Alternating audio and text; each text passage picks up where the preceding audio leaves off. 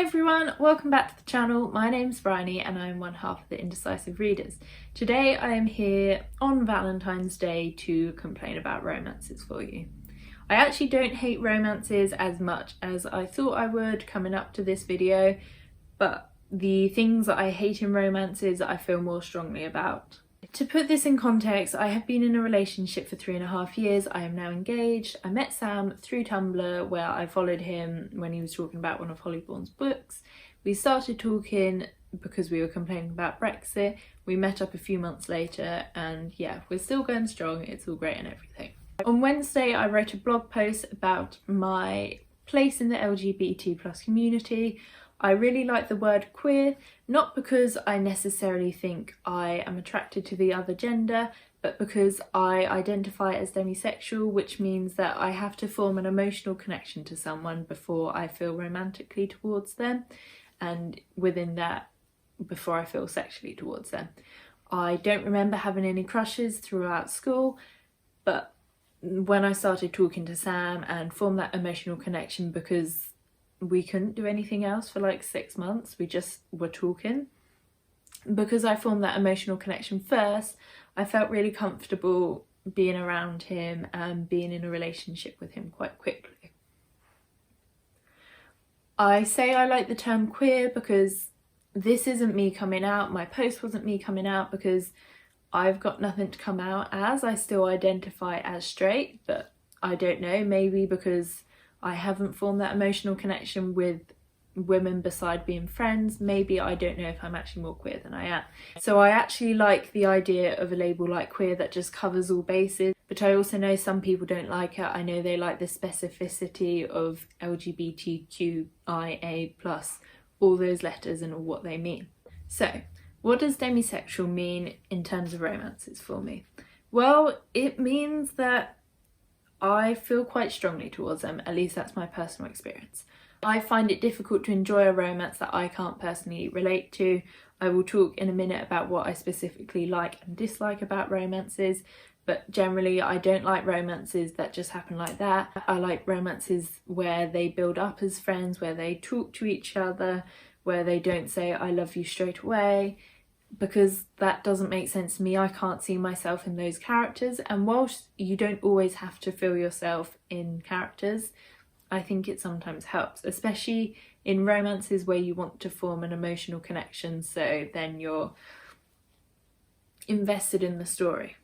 I realised my strong feelings towards romances in books last year when I started wrapping up all the books I was reading, when I was actually reviewing them rather than just reading them for the sake. So maybe this has ruined my enjoyment of reading, maybe it's ruined my enjoyment of romances, but I don't know. Last month I spent reading nothing but them. So yeah, last month I read nothing but romances, bar like one exception, for all of January, and I vlogged the experience, so we'll link all the vlogs, wrap-ups, relevant blog posts down in the description and you can check them out if you want. I will obviously talk in more detail about the books I was reading as I read them, because I'm not going to talk about all of them in here, because I did read 16 and I have obviously read more romances in the past. I'm going to be talking about some of those, not talking about some of the ones I read last month. So I found I either completely love or hate romances. It doesn't necessarily translate to what I found this month, because I read 16, loved 7 and hated 3. I was impartial towards 6 because I was impartial towards 6 of the books. But in terms of the romances in the books, I found 7 of them were romances. 7 had romance as a big plot and 2 were ironic romances. So yeah, if I loved the book or hated the book, I either loved or hated the romance, which is something I have found in the past. If I don't like the romance, I tend to rate it no higher than about 3 stars, because yeah, I think that's my thing. If I'm not invested in a romance, it just completely shadows everything else in the plot, which is one of the things I don't like. As I was reading the books, I believe that some of the books I hated in these circumstances I may have actually liked in the past. Within the last year, I have been introduced to books that kind of debunk all the traditional romantic notion society has taught us, that big grand gestures are amazing, they're romantic, they're the best thing that can happen, that you should want people that kiss you in the middle of an argument, that will drop everything for you, that will break up their relationship to be with you, and they're not actually healthy relationships. And I realised this when I went to Youp to hear Holly Bourne talk about this book, The Places I've Cried in Public, which is a book that follows a girl called Amelie who is looking back on a relationship that wasn't actually healthy, was emotionally and sexually abusive, and was just, you know, generally pretty crappy. She is going back through her life and looking at all the places that this boy called Reese made her cry and seeing why that is unhealthy. So I'm not saying that my realisation about healthy and unhealthy relationships is bad and that it's ruining my enjoyment of romances. It's just something I've noticed, something I wonder if it is the case. So what do I like and dislike in romances? What I like in romances is a romance that has developed. Not necessarily a slow burn romance, but a romance that has allowed the characters time to develop as friends and develop an emotional connection. Again, I'm not necessarily saying that kind of childhood friend where they fall in love, because I'm not sure I do like that. I think that is frustrating. It leads to that kind of girl and guy unexpectedly fall in love, whereas that's not the case. We live in a society where everything heterosexual is normalised and you expect people to fall in love. And so if there is a guy and a girl in a plot, they're going to fall in love. So yeah, I don't necessarily like childhood friends to lovers, because that kind of makes people believe, and maybe boys especially, believe that it's okay to pine after your childhood friend because romances says you'll fall in love, and that's not always the case. One book I like that allowed the characters to develop as friends and develop an emotional connection is The Flatshare by Beth O'Leary. This book follows two characters, Tiffy and Leon, who share a house together, but not only do they share a flat, they also share the bed. Tiffy works normal hours, 9 to 5, and Leon works at night, so they share the house but never actually meet. And then they write each other notes and they fall in love through the notes, or they fall in like through the notes, and then they eventually meet, and it's cute and I love it. This is one of mine and Sam's favourite books from 2019, and I'm sure we will read it again this year and love it just as much. One of the best things about this is it allows the characters to develop that emotional connection. It's felt very reminiscent of the relationship Sam and I had, where we couldn't meet, we couldn't sit down and talk to each other. We were just writing each other Tumblr messages or text messages or sticky notes, and also we wrote each other letters, but we allowed each other to form that emotional connection before we actually met each other. And so then when we did meet each other, it just felt like we had known each other forever. We were so comfortable with each other that we fell asleep watching Friends the first day, even though we'd only met for 12 hours. And yeah, that's off topic, but I love this book because the romance in it isn't the main thing. Yes, it's a romance, yes, it's a rom-com, it's really happy, it's smiley, it's cute, but there are other plots that happen and there are characters in the book, but they don't get lost to the romance, they don't get overshadowed. The friends are just as important as the love interest, and it's great.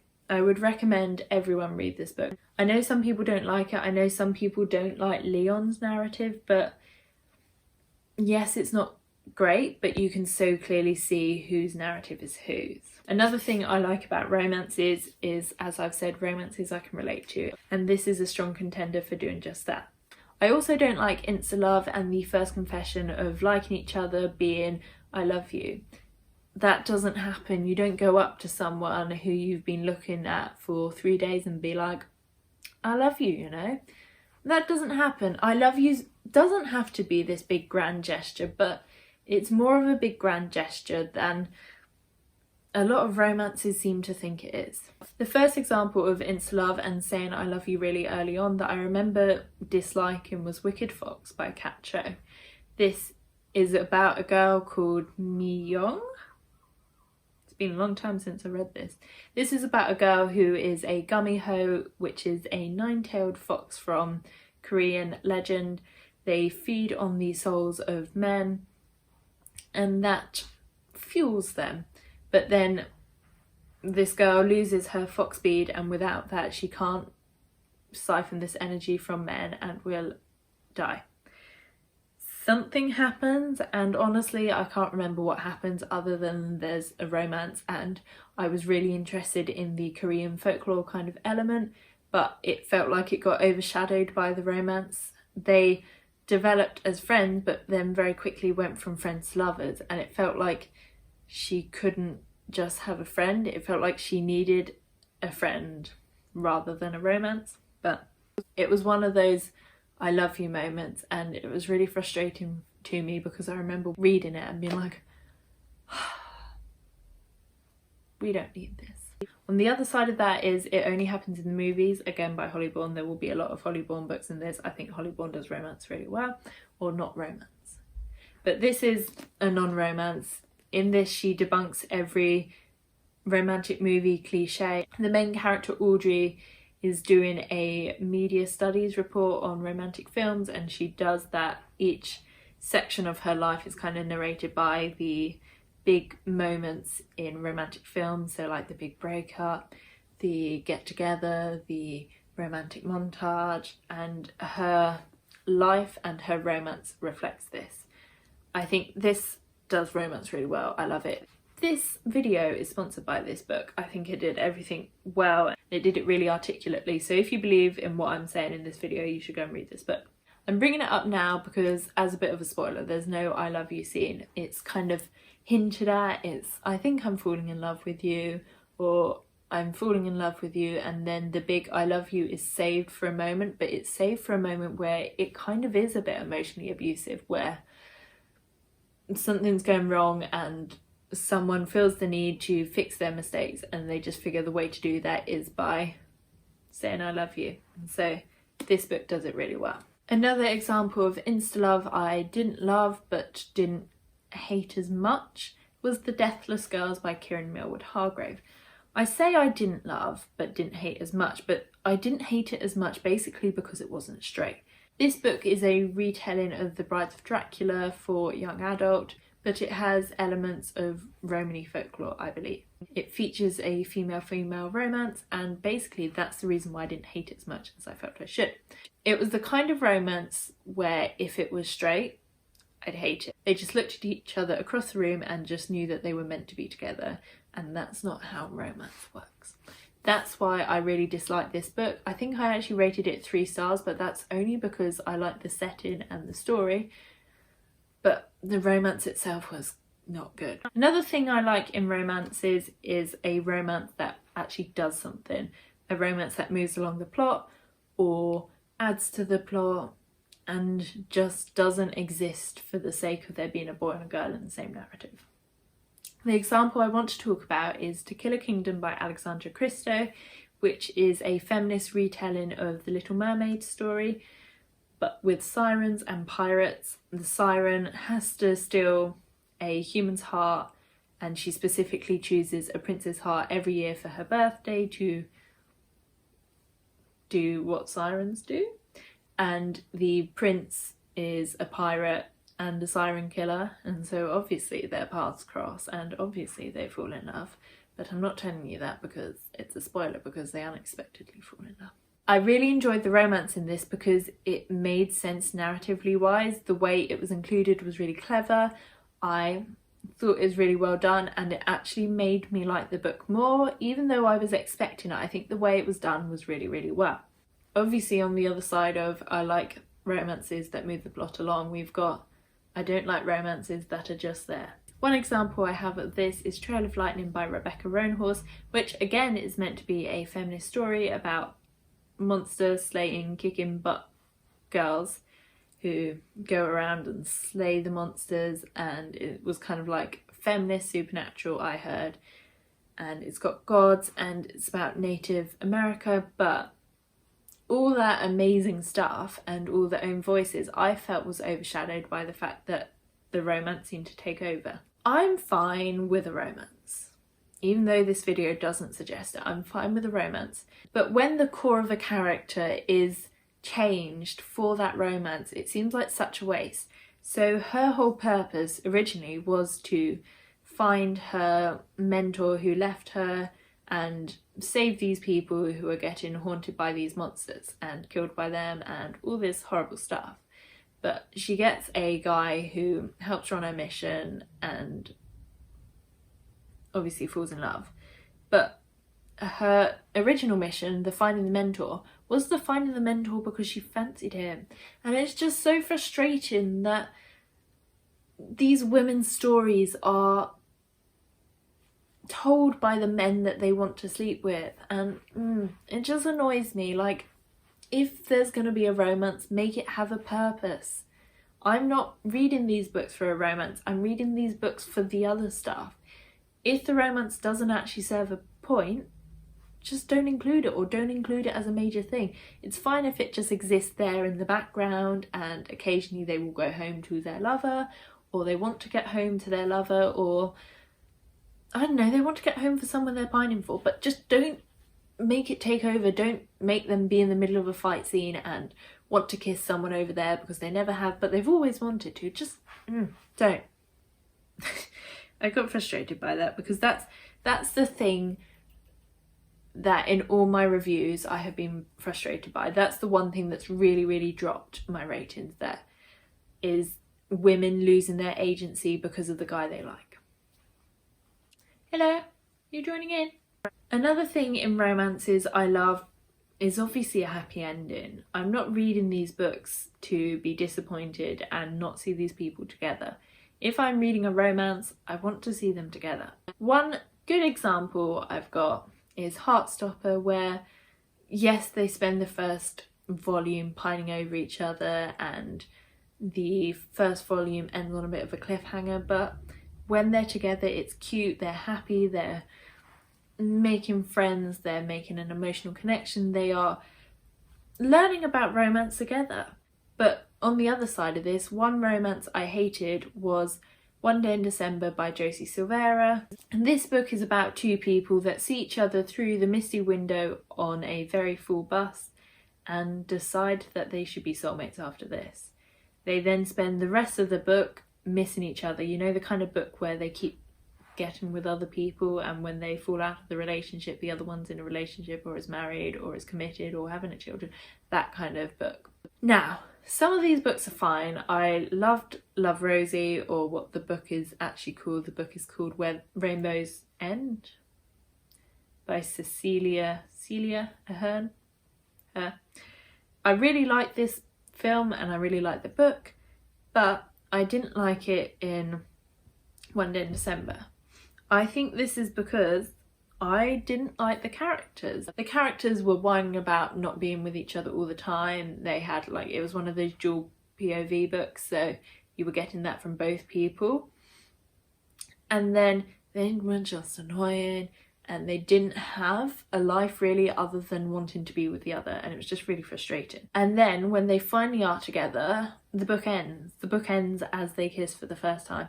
I don't want to be writing my own happy ending. That is the author's job. Like, maybe it's just me being grumpy, but I believe if you are reading a happy rom-com romance kind of thing, you want to see it the whole way through. I've actually run out of romantic things I love as much. I have 3 more also romantic things I don't like. The first of which is that soulmates being trapped in an unhappy relationship. This goes back to Our Stop, where you are together with someone else and you break up your relationship to be with this other person. Our Stop doesn't do it as much. I mean, they do break up, but it's not necessarily because they're together. But one example I have of this is Mixtape by Jane Sanderson, which is about these two people that haven't been together for 30 years, haven't spoken to each other for 30 years, and then reconnect through Twitter and sending each other mixtapes. The idea was really good, but they were both in happy, committed relationships. They both had children, they were both married, in love, but that doesn't matter because they love the other person and that's all that matters. It really frustrates me that we romanticize cheating and it's okay because you're going to be with the other person. There is a book I read at the same time that did the opposite really well, and that's Never Greener by Ruth Jones. I didn't like this book. I hated it maybe more than Mixtape. The characters were really annoying, they were whiny, they didn't do anything, they were just so frustrating. But that was the whole point, you were meant to dislike them because they cheat on their partners and everyone's lives turn upside down, and then so do theirs.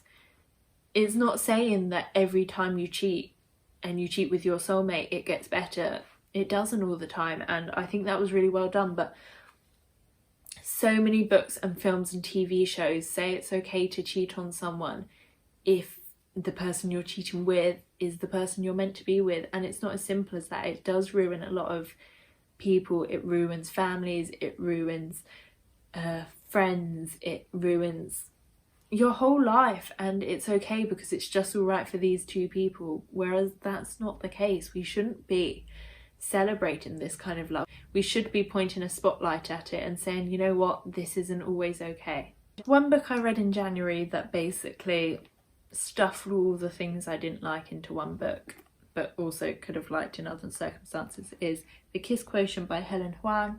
This is about a woman with Asperger's who hires a male escort to teach her how to be a better lover, in essence. And again, obviously, they fall in love. I was frustrated by this book because there's no communication. So many romances lack communication, and it's just not okay. Especially when it's a dual point of view and you're seeing both sides pining for each other, and they're like, oh, I really like them but I can't tell them, and the other one's like, oh, I really like them but I can't like them. It's so frustrating. Just have a conversation with each other. Things would be so much easier and books would be so much shorter if you just said to each other, I think I like you, and they're like, oh yeah, I think I like you, and then that won't lead to all the other problematic things like that happen in the end of this. Once they both realise they like each other, but the girl's like, no, you know what, I'm not going to do that, but the guy's like, yeah, you know what, I really like her. So he follows her around for a week. He sends her presents, he sends her chocolates, he sends her roses and flowers and teddy bears, and she says, no, this isn't okay, I don't like this, stop. And when they're having an argument, he does that thing where he just grabs her face and kisses her, stopping her, literally taking away her voice. But she does that, melts into it, and it's not okay. You shouldn't be taking away, again, a woman's voice for the sake of a story, and it's frustrating to me. My last notable mentions on the romances I don't like side are Twilight by Stephanie Meyer and Aurora Rising by Amy Kaufman and Jay Kristoff. Aurora Rising follows a group of 6 or 7 cadets.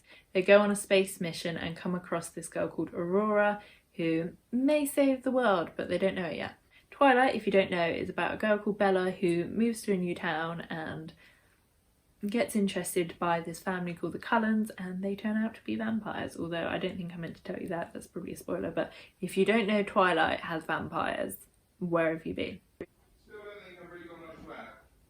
I mean, you've got all the, what's it called, the connection thing, what's it called? The imprinting, thank you. I've only read Twilight, I haven't read the other ones in the series, so I don't know exactly what the problem is with them. But I know there's imprinting in it, which is weird and creepy. And Aurora Rising does the same thing. There's a character in it who imprints on another, and it's just weird. Why include that as a thing? That doesn't allow for any genuine feelings. It's just like, you must love me. And it's creepy and possessive. And also the problem with Aurora Rising were there were so many characters, like I said, 6 or 7, and they were all straight. We live in a world where characters don't have to be straight, but all of them were. Other books I want to mention in terms of romance aren't necessarily ones I want to say I like or dislike, but one book I like and there was a romance in was The Hunger Games by Suzanne Collins. Obviously this isn't about the romance. The fact that society focuses on the romance is kind of a bit problematic, but I recently read this with romance in mind, which is why I tabbed it. I looked specifically at feelings for show, genuine feelings and demisexuality, because like I said earlier, I believe I am demisexual, and I fully believe that Katniss is as well. That she falls in love with Peter over the course of 3 books and probably even longer, but she is forced to love him earlier, so she has to show that she loves him before she actually does. But I think she is actually falling in love with him in Catching Fire, and then things go wrong. But I think she has genuine feelings, and although this isn't a romance, you can't talk about the Hunger Games without talking about the romance, which is why I've mentioned it, which is why I read it with romance in mind, and I just think it was really interesting. I also think it's really interesting to see how society in our world as well as society in their world made the romance such an important bit and just kind of blurred over the fact that there were children killing each other every year. I know I've already mentioned Hollyborn a lot, but I also want to talk about How Do You Like Me Now, which is her debut adult book. It's about a 30-year-old woman called Tori who is stuck in a relationship that she's not really happy with, but feels like she should settle with because she's in her 30s. And so everyone around her is starting to get married or thinking about getting married and is having children, and she feels like she should as well, but she's not happy with where she is. I'm mentioning it here because it's not about a romance, but the romance is the central story, so if that makes sense. They're not falling in love, they're falling out of love, and they're falling out of love in a healthy, normal way. I feel like so many books, to fall out of love, someone has to die or break up or cheat or do something drastic, but nothing drastic happens. And I think this is just such a good book for everyone to be able to read, not only women in their 30s, but just everyone to know that being in a relationship like that isn't bad, but isn't healthy for your mental well-being. Whilst we're here, I just want to quickly talk about one more thing, which is a book, but I watched the film, and that is The Notebook by Nicholas Sparks. Why, someone please tell me, is it the most romantic film of all time? It is horrible, it's crappy, it's terrible, it's really problematic, and yet we are still celebrating it as this great book. And I want to know why. Why is it okay for him to hang off a Ferris wheel until she says yes? Why is it okay for him to pine over her for 7 years when a girl does it for 6 months, she's a crazy psycho bitch? And why is it okay for her to cheat on her partner with this guy and it still be okay? And it's really frustrating me, and I don't know why people cry at it, I don't know why people celebrate it, and I think we should erase it from history. So if you've got this far, thank you for watching. Please let me know if you agree with any of my opinions on romance or if I'm just the Grinch. Please give it a like if you enjoyed it, comment down below your opinions, and subscribe if you're not already. And I will see you in the next video where I will hopefully be less grumpy. Bye!